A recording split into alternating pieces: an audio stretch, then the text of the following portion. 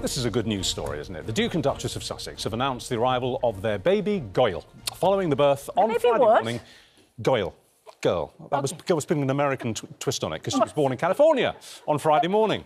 The couple, as we now know, have named her Lilibet Diana Mountbatten-Windsor, or Lili for short, after the royal family's nickname for the Queen, and of course to honour Princess Diana.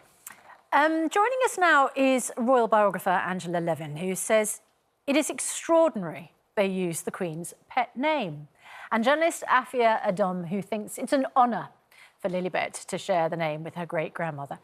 Very good morning to you both. Morning. So, Angela, as Richard says, very good news story. There's no reason to carp, there's no reason to criticise, or is there? Well, I think it's always wonderful. It's a miracle when there's a new baby that is born, especially she had a miscarriage in July, and one feels so desperately lost by that. So this is extremely happy. So I would like to move the event out of the way of the name. And I don't think it's a good idea. I think it's quite rude to Her Majesty the Queen. Wow, it was a rude. It was a very private nickname from her husband, who hasn't been dead for very long. Prince Charles would never dream of referring to his mother as Lilibet. Well, you wouldn't refer to your own mother by a nickname. No, but I mean, he wouldn't talk about my mother. He wouldn't say my mother, the Queen. He's never used it. And it was given to her by King George V, her grandfather, who was making a joke that she couldn't say Elizabeth when she was very small. He'd say, "What's your name?" And she'd say, "Lilibet." So that's why he called her that. OK, but you said you called it a private nickname. It wasn't private. We all knew what it was. We knew what it was, but it was his name. He wanted that name for her. It was a special name. What, you mean the Duke of Edinburgh? Yes, the Duke of Edinburgh. And I think that it's quite demeaning. I really believe that. Do you honestly think that this morning? Do you honestly think this morning, as the Queen had her sort of, her egg and soldiers and sitting up in bed, that she wasn't smiling at this thought that 5,000 miles away there's a brand new baby that's carrying her sweet little nickname? Oh, surely she'd be flattered. No, I think not after what's happened. She's desperately unhappy about how they've behaved towards the royal family, and they were very rude about her. They said she didn't bring Prince Charles up properly, and Prince Charles didn't bring Harry up properly, and I think he feels it's passed down the line. So for an organisation or an institution that they call it, why hang on to that? But the interesting thing about why I feel strongly about it is that Harry did mention to his grandmother that he was going to name his daughter after her. But I bet you he didn't say, "I'm going to choose Lilibet."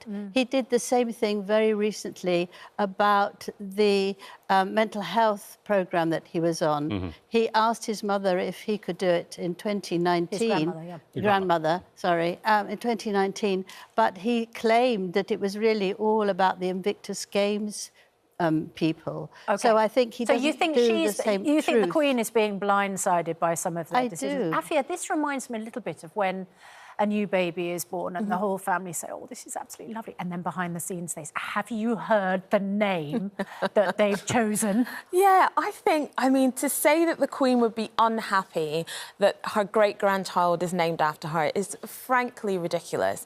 I mean, Lily... Not just unhappy, rude. Considered rude and demeaning. I mean... I honestly was speechless for a second there.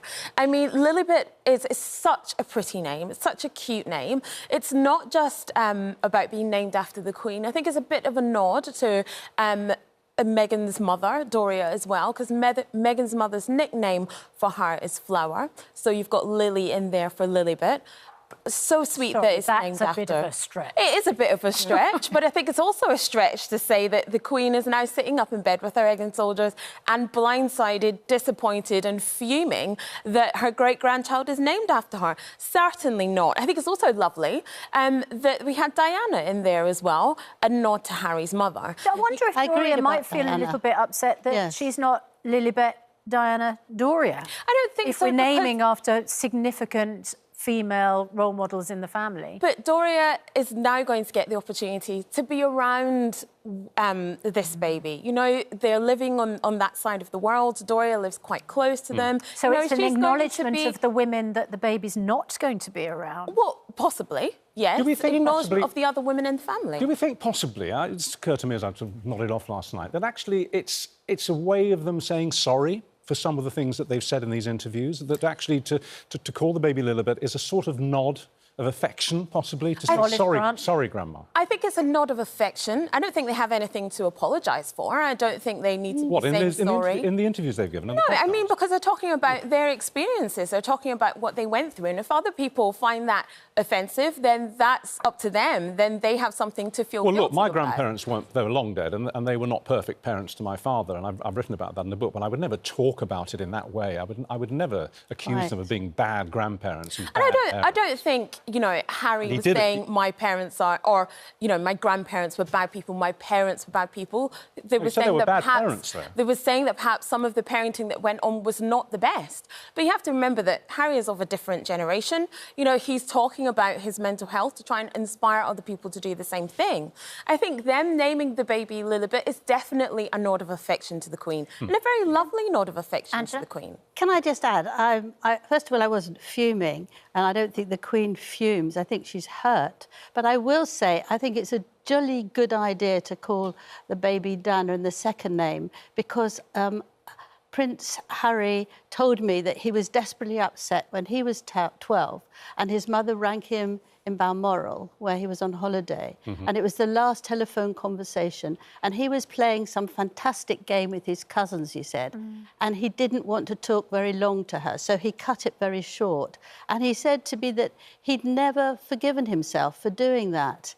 And I feel that now, with Diana as his baby, and he does believe that Diana is looking down on him and watching what he does. Well, I hope you told him not to be too harsh on himself. I mean, because he couldn't possibly have known what was going to happen. Of course not. But that's what he said he felt. And I think now he can really heal through the Diana, because he can pour love into her, and it can help him perhaps mend his feelings about himself and move on. The couple gets a lot of criticism for saying they want to be private, but not being private. I mean, my argument has always been that they're entitled to a significant degree of privacy of their choosing, and can also do interviews. I mean, that's, you know, that's the nature of public life. You don't have to have all or nothing.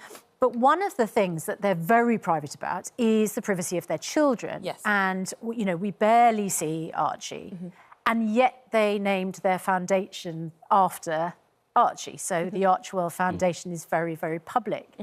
Can you imagine a situation in which they set up another charitable organisation and call it the Lilibet Foundation? They've got a domain. I mean, say that, sorry, Angela? They've made a domain, Lilibet Diana. They did that yesterday. Right, so that makes me feel a little bit uncomfortable. The domain is that nobody can use that email, and they can use that for any sort of commercial work they want to do. So they've already sort of licensed it? They've licensed it, I mean, I can't imagine a situation where they would do that, but that is their right. Like you so rightly said, Susanna, is that, first of all, Meghan and Harry never actually said that they wanted privacy. What they did say is they wanted to choose what they wanted to share with the world. And I think that's absolutely fine. I mean, you might take 12 selfies on your phone and post one because you don't want to show everybody the other ones because they weren't quite right. And that is your right, to choose what you share with the world. And yes, they could have a foundation named after Lilibet and after Archie, but they don't have to share pictures of them if they don't want to. That, though, actually would be a direct use of a very intimate, familiar name that we associate with Her Majesty for potentially commercial purposes. And potentially commercial purposes. And she would be very, very hurt by that. All right. Well, Afia, we must point out that your name, your lovely name, Afia, means you were born on a Friday. It does. And so was Lilibet. Exactly. So I'm going to call her Afia from here on in. Lilibet Diana Afia Mountbatten-Windsor. What a great name. All right. Angela, what does your name mean? I don't know, but my mother, who I didn't get on with terribly well, said she should have called me Devil rather than Angela. and I've remembered that, sometimes with sorrow, sometimes with laughter. I don't know if she was joking or not, but I mean, that's what... I didn't make up to being as good as she wanted me to be. Well, thank you both very much for coming in. It was an interesting conversation. Good to see you both. And good to see you both in the studio. Yes. Finally, lovely.